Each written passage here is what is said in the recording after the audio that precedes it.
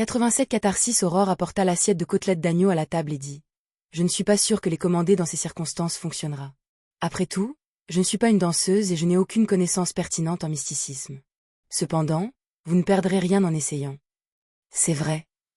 Lumian s'est approché du poêle et a dit avec un sourire. Ce sera juste une autre blessure pendant que je saigne un peu. Je récupérerai après une sieste. Que pensez-vous qu'est le géant à 3 têtes au sommet de la montagne? Qu'est-ce que cela a à voir avec l'existence cachée et la corruption dans mon corps? Aurore posa les assiettes et se retourna. Tu ne penses pas que tu me surestimes? Je n'ai jamais rencontré ni entendu parler de choses aussi étranges. Sans attendre la réponse de Lumian, elle ajouta pensivement. Cependant, il existe de nombreux concepts similaires dans les mythes et légendes de ma ville natale. Ils ont 3 têtes et 6 bras, des dieux ou des démons. Elle continua. Et selon nos suppositions, les ruines du rêve sont étroitement liées à la corruption de votre corps. Il y a de fortes chances que l'image du géant reflète certains aspects de l'existence cachée. Vous avez dit que le nom honorifique ou la description de cette personne est différent des noms habituels. Chaque segment contient 3 aspects et 3 formes qui symbolisent une certaine autorité. Il est donc tout à fait normal que 3 têtes correspondent, tout comme le monstre à 3 visages a des visages qui représentent les 3 étapes de l'humanité. Quant à savoir pourquoi il a 6 bras et pourquoi il se trouve au sommet de la montagne couleur sang, il y a trop peu d'informations. Je ne peux pas deviner. Concentrez-vous sur le cercle de murs pour le moment.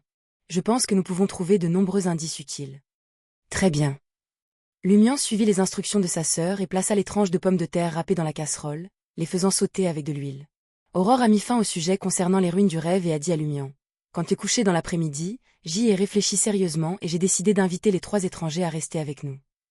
Pourquoi? Lumian était perplexe. Aurore regardait son frère s'affairer et soupirait. Nous pensions que le père réagirait comme une personne normale, mais nous ne pouvons pas oublier que certains de ses partisans ont déjà accepté une aubaine.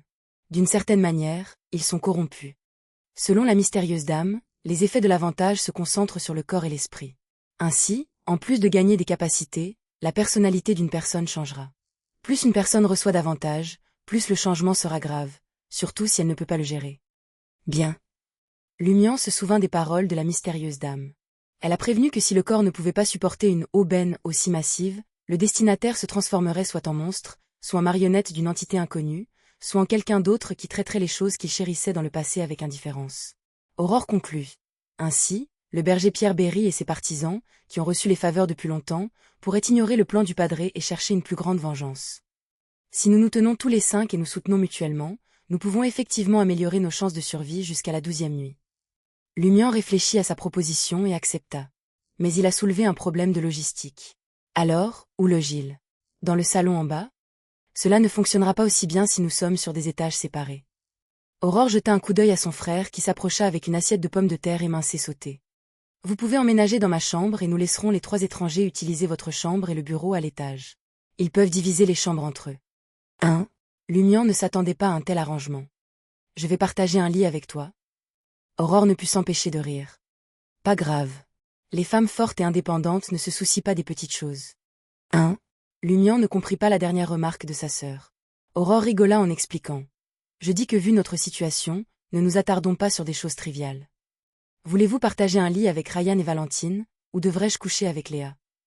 C'est vrai, je ne peux pas leur faire entièrement confiance. Lumian hocha la tête. Les 3 enquêteurs officiels n'ont coopéré avec les frères et sœurs que parce qu'ils étaient pris au piège dans une boucle. Qui savait s'ils manipuleraient secrètement la situation pendant qu'ils dormaient ensemble, prévoyant de capturer les 2 Beyondés sauvages une fois la boucle terminée? Aurore rit et suggéra. S'ils s'inquiètent pour nous et décident de partager une chambre, tu peux dormir dans l'autre. Mieux vaut rester dans la même pièce. Lumian sentit que les murs offraient peu de protection. Aurore n'en dit pas plus, ajoutant seulement. Rappelez-moi de réapprovisionner nos réserves de nourriture demain. Après le carême, les villageois deviendront étrangers. Nous devrons peut-être défendre cet endroit ou nous cacher dans l'alpage le plus proche. Ensuite, elle a exhorté son frère à dîner. Avant le coucher du soleil, Lumian quitta le bâtiment semi-souterrain de 2 étages, prêt à inviter Ryan et les autres à emménager chez lui. En voyant une taverne en vue, Lumian repéra quelques visages familiers. Ponce Bénet déambulait sur la route principale du village avec ses 3 nervis. Presque instantanément, le méchant aux cheveux noirs, aux yeux bleus et musclés remarqua Lumian. Il ne pouvait s'empêcher de serrer ses jambes l'une contre l'autre, comme s'il se souvenait d'une agonie atroce. Regardant Lumian, Ponce Bénet était confronté à un dilemme. Il avait soif de vengeance, mais craignait que l'histoire ne se répète avec lui et ses hommes réduits en bouillie. Alors que Ponce Bénet hésitait, Lumian lui lança un sourire éclatant. « N'est-ce pas mon fils rebelle ?»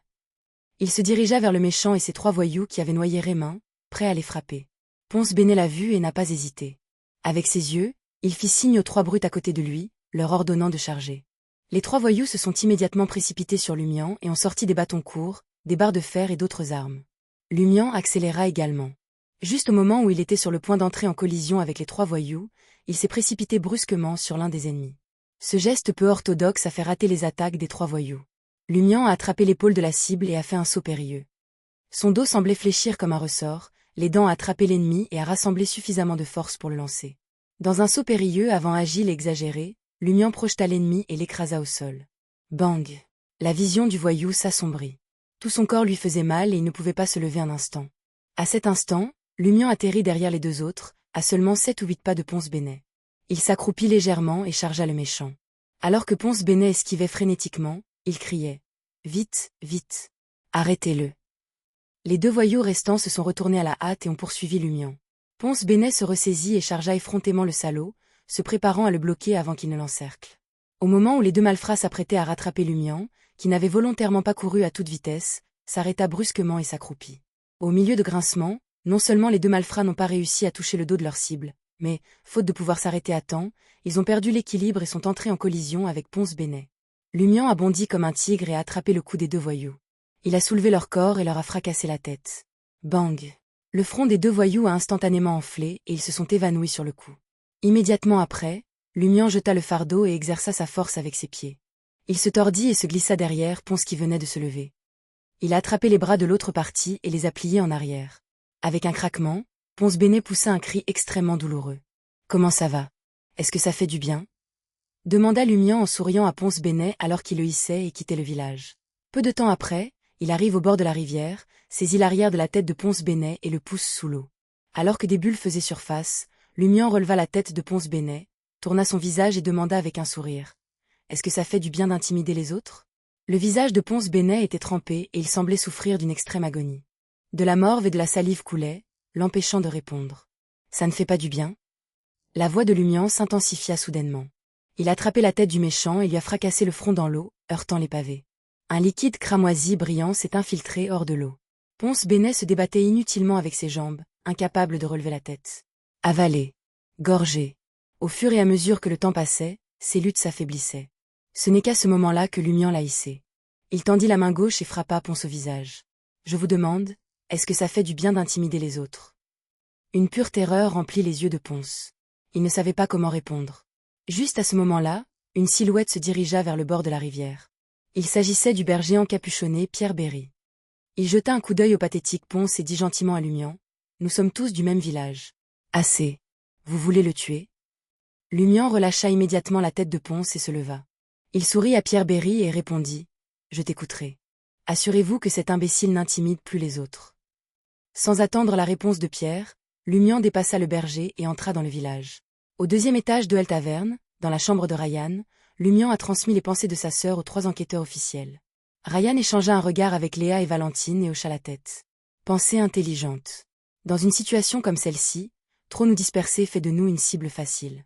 Nous pouvons emménager dans votre maison maintenant. Alors qu'il se dirigeait vers la maison de Lumian et Aurore avec ses bagages, Léa demanda à Lumian au milieu de ses tintements. « Alors, quel est le plan pour la tombe ?» « Le plan ?» Lumian renifla. « Tu penses qu'on peut juste valser là-dedans ?» Léa sourit, soulagée. « Bien, tu es toujours prudent. » Ryan intervint. « Ce que nous voulons dire, c'est que si ce qu'il y a dans cette tombe mène réellement à la clé du cycle, cela apparaîtra lors du rituel de la 12e nuit. Et si cela n'a rien à voir avec la source du cycle, pourquoi prendre le risque d'y entrer ? En bref, dit Lumian, comprenant, on attend patiemment la 12e nuit.